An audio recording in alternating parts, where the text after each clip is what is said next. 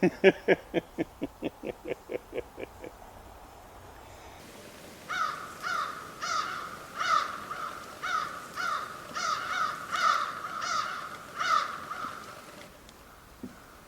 morning, my name is Tom. I come to you from northern Maine. I have some of my gear laid out here on the table today. This is part of my everyday carry out into the bush. I don't use much more than this. The rest I carry up here in my head or I get from the wilderness. There is absolutely everything out in the wilderness that I could possibly need. You just need to know where it is, where to find it, and how to use it. And you don't have to put it in a backpack on the back of your back. It's already out there waiting for you in the great outdoors. Take a few minutes out of your day or something like that and start learning this stuff. Stop listening to them info commercials about fancy gear and all that stuff, and you couldn't possibly live in the great outdoors if you don't carry an 80-pound pack on your back. I'm here to tell you that that's a bull-faced lie. It's a myth. The Indians lived in this country for 10,000 years. Do you think they had a backpack full of gadgets that they picked up at the sporting goods store? I'm here to tell you that they didn't. They found what they wanted out in the bush. They learned how to use it. They learned where to find it. And they were here for thousands of years. So when it comes to them fancy commercials that are telling you about all the gears and gadgets that you could possibly buy, keep in mind that a lot of the stuff that you want is right out in the wilderness waiting for you. Many fire starters, especially in the Northeast, and especially in Maine. We have what's called a mixed forest up here, and there is so many building materials waiting for us already out there that I don't understand the need for carrying fire starters and all of that. If you're new at it and you're a beginner, that's great. Use some of that stuff to get yourself started. But take the time over the course of a few years to learn new skills and learn what's out here in the wilderness waiting for you. There is lots and lots of stuff out here for you. And after a while, you'll see that if you've got a fire starter and you've got a saw and you've got a few other just basic equipment, you can actually live quite comfortably out in the bush if need be. Now, in today's day and age, most of us don't need to. Once in a while in the state of Maine, we have some people that get lost. Usually they come to the state very unprepared, little skills. It's all right not to have gear, but at least carry your skills with you. Take some time to learn some skills, basic skills. That will go a long ways. Because if you get lost in the state of Maine, there's a very good chance that Fish and Game and the Game Warden Service, as well as volunteers in the state, will find you within 72 hours. That's probably the longest time that you're going to spend in the woods. So you need to figure out how can you survive for 72 hours in the Maine wilderness. That's not that long a time. Basically, the best thing that you can do when you get lost in the state of Maine, like I said, have some basic equipment with you, but the best thing that you can do is stop. Stop moving. Sit down. Find a big rock. Find a big clearing. Find a big tree. Find some place that you can sit down. Hopefully, now you don't have to go far in this state to find water. Usually there's a pond, there's a stream, there's a bog, there's all kinds of ways to find water in the state of Maine. So if you've got a little water, and that'll at least keep you from being dehydrated and all of that. But sit still and keep in mind that you're probably only looking at a 72-hour window that you're going to have to sit still. Now if you've got fire starters with you, or you've got a lighter with you, get your fire materials, know how to build a fire. And build a big fire, create some smoke. Because when they're looking for you, the first thing that they're going to do is they're going to send up an airplane. And that airplane is going to, as long as the weather conditions are where airplanes and helicopters will work, they're going to be searching for you with that. Especially if you're getting into that 72-hour window. So the best way to be spotted up here is a big bloom of smoke. Get the smokiest fire going that you can create. And there's two reasons for that smoky fire. One is bugs. We have mosquitoes up here that will lug you off and throw you in the swamp.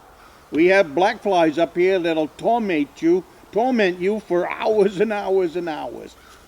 And they will chew you raw by morning time. So by having a big smoky fire, a smudge fire is what we call it up here, a smudge fire will keep the bugs at bay. Help yourself with the basic equipment, which is have a knife. It doesn't need to be this one. I have a big knife for a couple of reasons. One, it works good for making firewood. But mainly I carry this knife right here. This right here, this is a Mora knife. All this is a utility knife to me. I had it compared to a tackle box knife. That's probably it. It's a beater knife. I don't recommend this knife. To me, it's just a knife that I can use for absolutely everything. What I do recommend is this knife right here. This is a good edge knife. This is a skinning knife. You won't need that if you're lost for 72 hours. But this right here has got a little saw blade on it. That's excellent for creating Maya dust, for your ferro rods, for anything. It'll take a mushroom, the dry mushroom, and turn it into something that'll burn really decent. So these are basic skills. Have a compass with you. Now, I'm not much of a trail hiker. The bush that I'm in has no trails on it. But keep a compass with you. That way, if you get off the trail or you need to leave the trail, you can find your way back to the trail. The forest up here is thick. You can't go 30 feet before sometimes you can't see where you came from. So always have a compass with you, and take the time to learn how to use a compass, because this is one of them tools that you are really going to need in the Maine forest. And while you're in that 72-hour window, if you have a poncho with you, a good-sized poncho, you can use that as rain gear. You can use it as a roof for a temporary shelter. And I'm talking a very temporary shelter. You don't need to build a shelter that's going to withstand a hurricane, or you could live in for the winter. You need an overnight shelter. It shouldn't take you any more than 5 to 10 minutes to build an overnight shelter. And then take the rest of the time to gather firewood so you can withstand the night. Get your fire built. Two things happen when you get that fire built. One is you, all of a sudden you're just plain gonna feel calmer and feel like you're in control of the situation. And the fire will soothe things, just plain make it feel better. The woods feels pretty dead and alone without a campfire. I build campfires every day, other than in the summertime, dry time. I stay away from campfires at that time of year. But in the wintertime, once you get a fire built, it's just like the woods comes alive, and it feels like you are in control. So I hope this has helped you. If you are one of them individuals that becomes lost in the Maine wilderness, just keep in mind, go through my channel, dig out some of the beginner stuff that I have. I have for beginner right up through to, you know, when you start getting more and more skills and stuff like that you are taking with you out into the wilderness. I see on YouTube lots of bushcraft skills, but most of them I don't see them to be as very practical. And sometimes we get back to our four-wheeler or our boat or whatever we've used to get us out into the bush, and it's broke down. Worst case scenario, it's 5 o'clock at night. It's dark. Up here it's snow on the ground. It could be 2 feet of snow on the ground while we're deer hunting. So if you come back to your four-wheeler and it's broke down or won't start, you're in a pickle. And here's where some of this practical bushcraft skills, woodsman skills, whatever you want to call it, would come into play. And that's what I hope to show on this channel. What would you do if you got to your four-wheeler at 5 o'clock? You can't take 3 to 4 hours and build a lean-to. You can't take 3 to 4 hours and gather firewood. If you just do the math in that situation, that's 7 to 8 hours of labor at 5 o'clock in the afternoon when it is pitch dark. So that's where I hope some of this common sense, bushcraft skills will come into play. And I can show you some of the techniques that I have used over the years in this situation. You know, sometimes you just plain get a deer or you get a bear at the last few minutes of daylight where it's legal hunting time. And now you're going to spend the next 2, 3, 4 hours getting it out to the four-wheeler or getting it out to your pickup, whichever method you have used to do all this. So you have to be comfortable in your surroundings. I am in the North Maine Woods. What that means is I have probably over 150 square miles of terrain that I can hunt and fish on. Out back of my cabin, I like to say there's 30 square miles.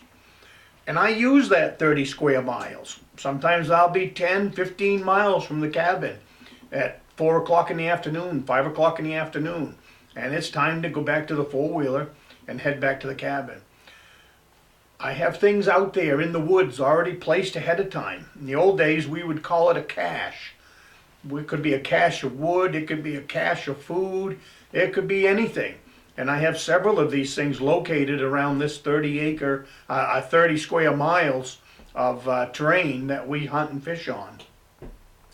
And so some of these techniques I hope to bring along to you, and maybe you can pick something up.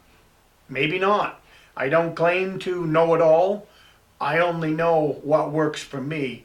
And I have been using some of these techniques for over 40 years. I started as a young boy. I was fortunate enough to have a father that took the time to teach us wood skills from the age of 5 years old on. We started hunting and fishing with my father and grandparents. At the end of this video, I have marked out some recommendations for you about off-grid cabin living, the lifestyle that I have chosen in northern Maine. Subscribe to my channel, ring the heck out of my bell so you don't miss any of the notifications. Click one of the recommendations, and I will see you in the next one.